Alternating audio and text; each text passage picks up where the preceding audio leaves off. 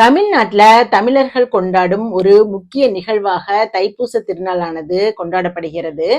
பௌர்ணமியும் பூச நட்சத்திரமும் இணைந்த இந்த திருநாள்ல இறைவனை வழிபட்டா பன்மடங்கு பலன் கிடைக்கும் அப்படின்னு சொல்லப்படுது. 1500 ஆண்டுகளாக தமிழ்நாட்டுல தைப்பூசம் சிறப்பாக கொண்டாடப்படுகிறது. இந்த உலகத்துல முதல்ல நீர் தான் தோன்றியது. அதன் பிறகுதான் நிலம் தோன்றியது. உலகத்துல முதல்ல நீர் தோன்றியதை நினைவு கூறும் வகையில் பல்வேறு ஆலயங்களில் தெப்ப உற்சவமானது நடைபெறுகிறது. பிரம்மா, விஷ்ணு, தேவர்கள், முனிவர்கள் இவங்கெல்லாம் சிவனும் பார்வதியும் திருநடனம் ஆடினாங்க இல்லையா, அந்த காட்சியை பார்த்த நாள் தைப்பூச திருநாள் அப்படின்னு சொல்லப்படுது. அந்த அன்னைக்கு சிவபெருமானுக்கும் உகந்த நாளா இருக்குது. தைப்பூச திருநாள் என்று முருகப்பெருமான வழிபடுவதற்கு பல்வேறு வகையான காரணங்கள் சொல்லப்படுது. சிங்கமுகாசுரன், தாரகாசுரன், சூரபத்மன் ஆகிய அசுரர்கள் தேவர்களை சிறைப்பிடிச்சிட்டாங்க. இதனால தேவர்களுக்கு சேனாதிபதியா இருந்து முருகப்பெருமான் அந்த அசுரர்கள் மீது போர் செய்யறாரு.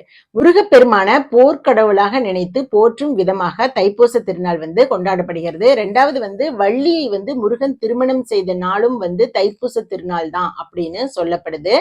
ஞானப்பழம் முருகனுக்கு கிடைக்காதனால அவர் பழனி மலையில ஆண்டியா இருந்த அந்த நாள் தைப்பூச நாள் அப்படின்னு சொல்லிட்டு தைப்பூச திருநாள் கொண்டாடப்படுகிறது.